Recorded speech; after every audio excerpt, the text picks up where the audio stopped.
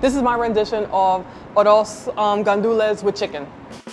What we have right here is some sofrito, and we're gonna pour it all over our bone-in, skin-off chicken thighs.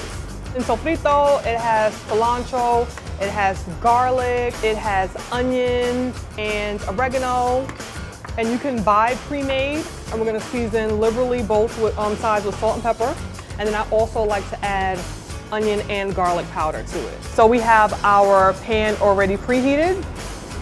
We're gonna add a little bit of oil to the bottom of it. So you hear that? That's what we're looking for, that sizzle. We're gonna cook this. We're gonna get good color on both sides.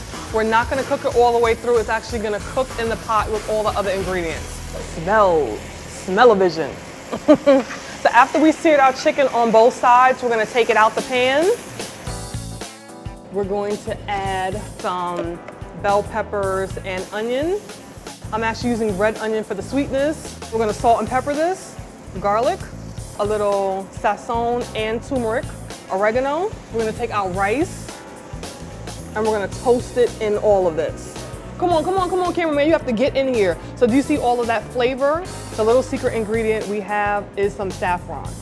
So we're gonna toast this as well in here. We're gonna add our pigeon peas. We're gonna use chicken stock. Hear that sizzle? We're gonna nestle our chicken back in there.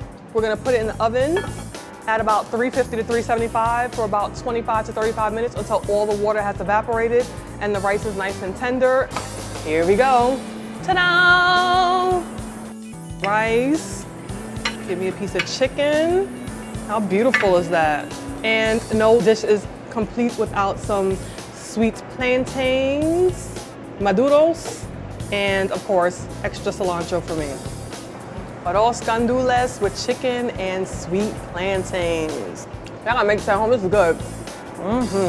Millie, I am just, my jaw is on the floor. I'm drooling from looking at your beautiful restaurant quality food, but I am just jaw dropped, godsmacked by how beautiful you are, and to understand the importance of food security for the next generation. You give them self-esteem and a way to go forward without any kind of stigma.